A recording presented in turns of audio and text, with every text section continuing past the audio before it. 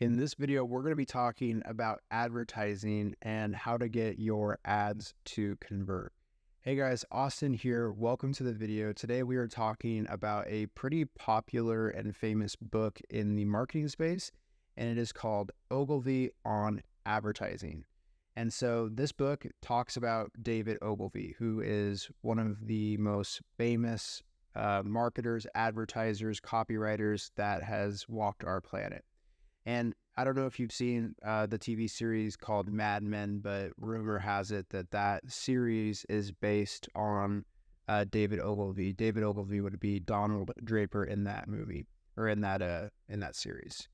And so anyways, we're talking about this today. I'm going to keep this one pretty short and to the point and just try to give you some tactical stuff that I've gotten from this book, obviously, and the things that I've also carried over from some of my other mentors that I have that are people that do a lot of paid advertising.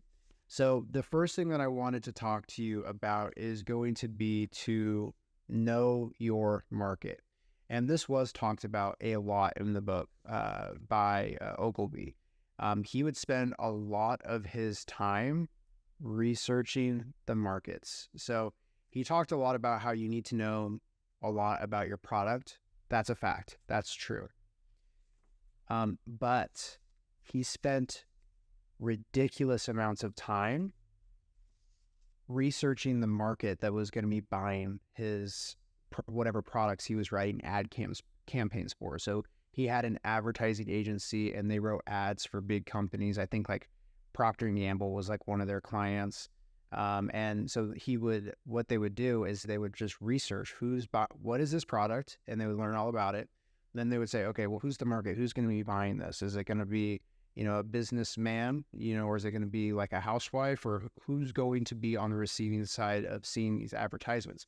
And that was a really important thing, was knowing the market, because if you could figure out a couple of things, let's see here. I wrote a couple of notes here. I just want to make sure I don't miss anything. Let's see. So understand what they want. Yeah.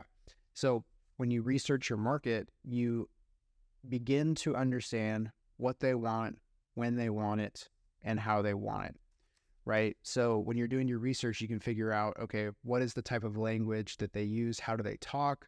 Where do they hang out? What are the things that they like? And this really is, if you talk to people that do a lot of paid advertising, this really is kind of the main thing, is you need to just kind of figure out what people want. And then you need to sell it to them or give it to them in some way.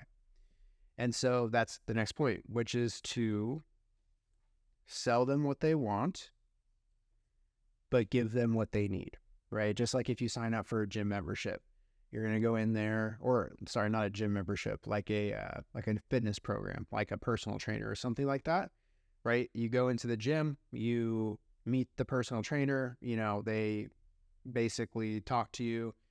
They basically sell you on what you want, which is to lose weight. They don't sell you on, okay, we're going to do these workout types.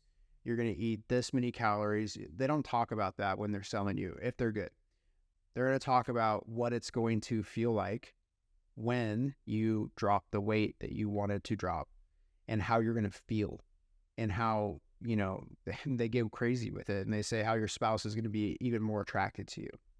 Right. And so they work all of those psychological triggers into their sales process, if they're good, because they are selling you not on, who wants to be sold on, okay, we're going to do, 100 push-ups, 200 squats, we're going to do 50 pull-ups, and then we're going to go run 6 miles. Like, that's very painful. And I actually had a little card here. Sorry, I'm always kind of like clipping through these to see if there's anything else I can throw out here that would be helpful. But there's one that talks about pain versus reward. And that's how people respond better to pain or to reward than they do to pain. And so when we're selling, we want to use reward and instead of just pain. And so we want to sell them what they want, but give them what they need. And so if you have a product or a service, you want to sell the prospect on what they want, which is the end result. And then once you acquire them as a client, you need to give them what they need, the exact plan for getting them to where they want to go to get their desired outcome. So we need to understand our market. Then we need to, sell them what they want and give them what they need. the next is in advertising to make our ads work is to keep it super simple. And I struggled with this too when I first started copywriting. I tried to use gimmicks. I tried to use fancy words. I tried to use all this crazy stuff. That's not what sells. That's not what sells.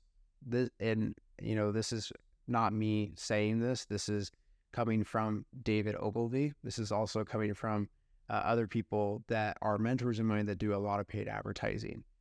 The gimmicks are not what does the selling with a paid ad. It is understanding your market and giving them exactly what they want. That's what does it. It's not, did you use a fancy headline? Did you use, does your website look fancy? Did you use this trick word that people are responding to like crazy right now? It's none of that stuff. It's literally giving them exactly what they want and articulating it very crystal clear. And so when you're writing ads, consider keeping it simple. You can use the KISS framework, keep it simple, stupid, or keep it super simple or whatever. And another key, do not use long multi-syllable words. Take that stuff out because it creates friction and confusion among people. We can look up, I'm actually kind of curious on this. I'm going to Google something real quick. How old or what reading level does the average person read? Oh, it says 7th or 8th grade. That's what Google says, which is 12 to 14 years old.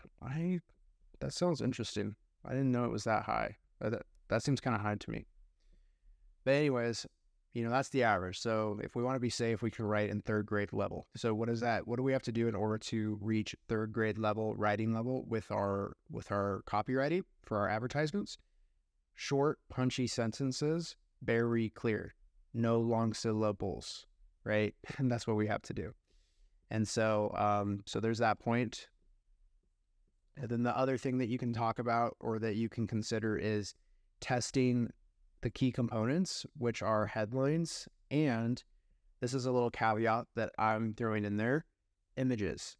So in the book, David Ogilvy talks about how testing the headline is like the main thing you want to test. However, media has changed a lot. It's much more visual. So we have images and we have videos. And so if you Google this, it's crazy. People process images 60,000 times faster than text. 60,000 times faster than text in their brain. They process it that much faster.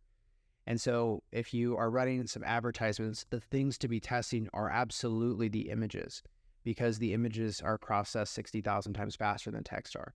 Now, we do want to test text as well, but the images are a great place to start. So to kind of wrap this one up, the main thing to take away, I think, from this is really just knowing your market. If you're trying to sell something, you got to know your customer, and you got to know exactly what they want, what makes them tick. And then you got to sell them what they want and give them what they need. And then try to keep your communications as simple and as clear as possible. Guys, thanks so much for watching this video. I read one business book per day, Monday through Friday. And then I take down my notes on what I think the key takeaways are. And then I make a little video like this where I go over what I learned. That helps me remember what I'm reading when I'm reading my books. And hopefully something that I talk about today will spark something inside of you to go out and change the world as well. So guys, thanks for watching this video, and I look forward to seeing you in the next one.